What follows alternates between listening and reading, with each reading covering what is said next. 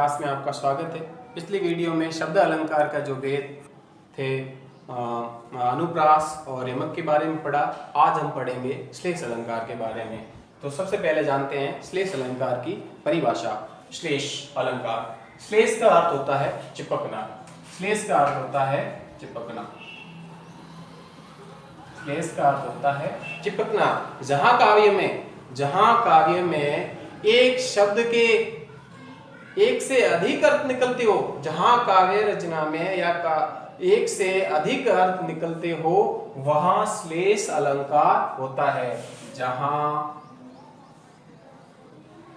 काव्य में किसी शब्द के एक से अधिक अर्थ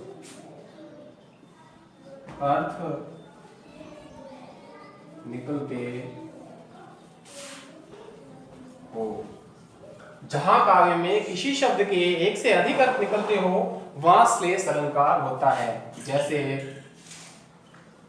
रहीम जी का दुआ है कि रहीमन पानी राखिए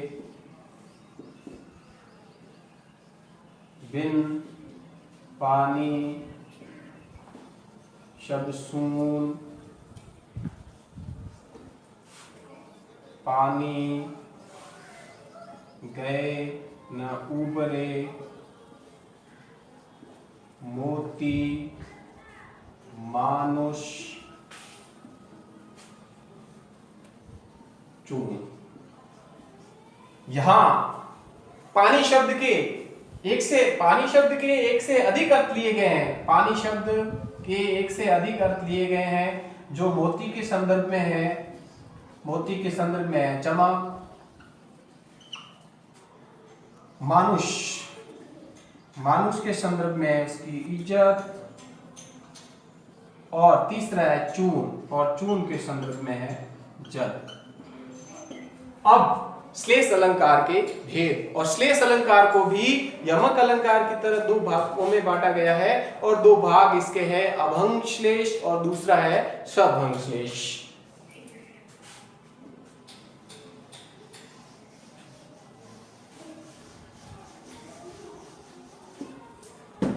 तो श्लेष अलंकार के भेद।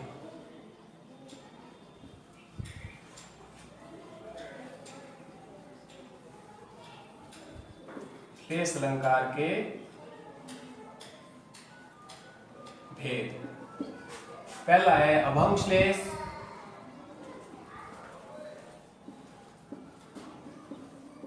और दूसरा है सभंग श्लेष।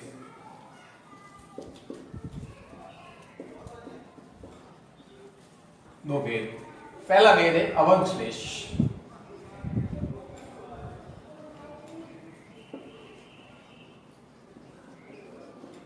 अभंग श्लेष यानी कि जहां काव्य में किसी शब्द के बिना टुकड़े किए ही उसके एक से अधिक अर्थ निकलते हो, वह अभंग श्लेष होता है। जहां काव्य में किसी शब्द के बिना टुकड़े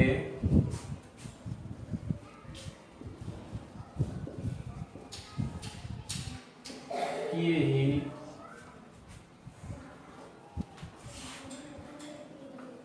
एक से अधिक अर्थ निकलते, यानी कि जहां काव्य में किसी शब्द के बिना टुकड़े किए ही एक से अधिक अर्थ निकलते हो, वहां अभंग श्लेष होता है। जैसे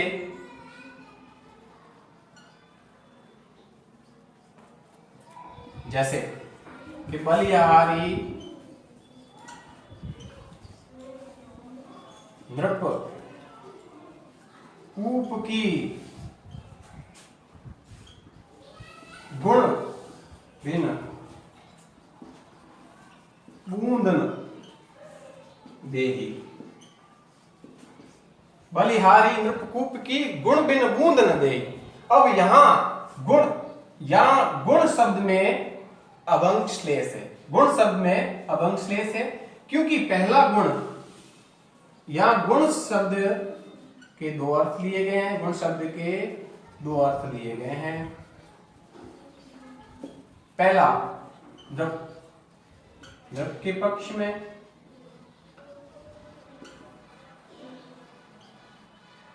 और दूसरा कूप के पक्ष में। अगला उदाहरण हम देखते हैं।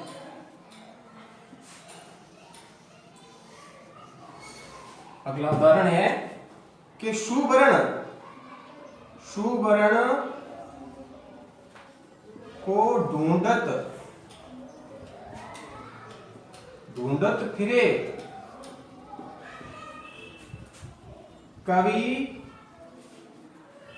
कामी अरुचोर। सुवर्ण को ढूंढत फिरे कवि कामू अरुचोर। यहां सुवर्ण शब्द में अभंग श्लेष अलंकार है और सुवर्ण का अर्थ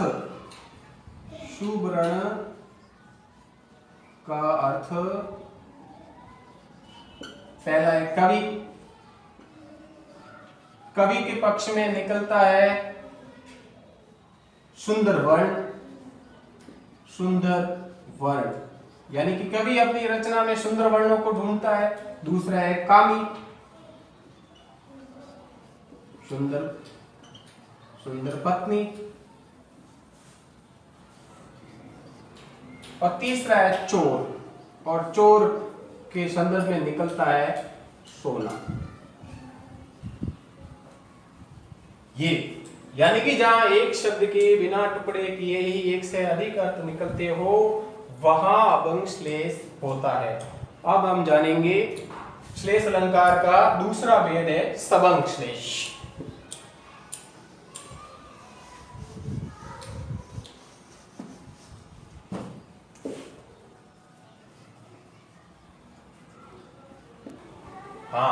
तो दूसरा भेद है श्लेष अलंकार का दूसरा भेद है सबंग श्लेष। सबंग श्लेष जहां काव्य में शब्द के टुकड़े करने पर एक से अधिक अर्थ निकलते हो। जहां काव्य में शब्द के टुकड़े करने पर एक से अधिक अर्थ निकलते हो वहां सबंग श्लेष होता है। जैसे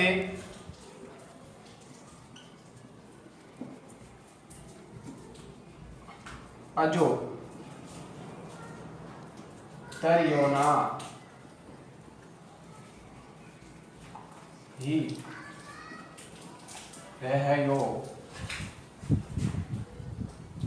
श्रुति सेवक एक संग।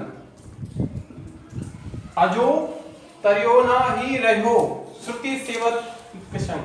यहां तरियोना शब्द में सबंग श्लेष है। पहला इस तरियोना का अर्थ है कान का आभूषण।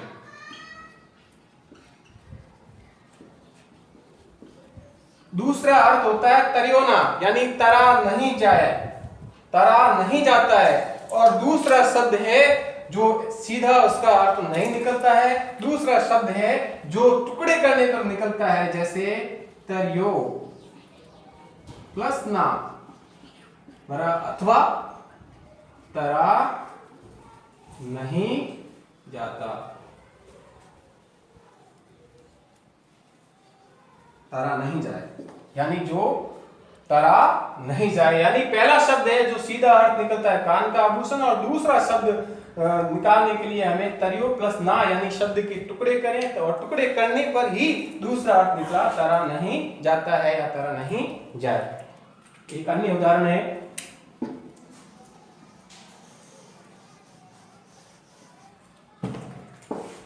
कि को घटी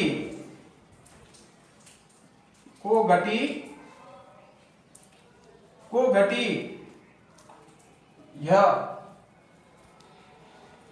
को घटी ये वर्ष भानुजा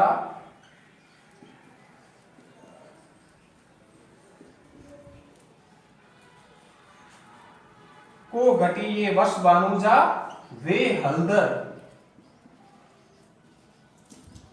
के वीर। को घटी ये वर्ष भानुजा वे हलदर के वीर। अब पहला वर्ष भानुजा, अब इस वर्ष भानुजा शब्द में और हलदर शब्द में अब अंग श्लेष है, क्योंकि वर्ष भानुजा पहला है, वृष भानु प्लस जा, यानी वृष भानु की पुत्री, जा का अर्थ होता है पुत्री, वर्ष भानु की पुत्री राधा।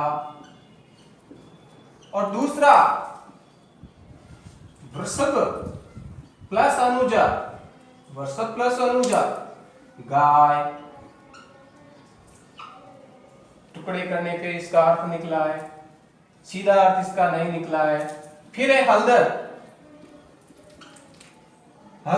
पहला हलदर बलराम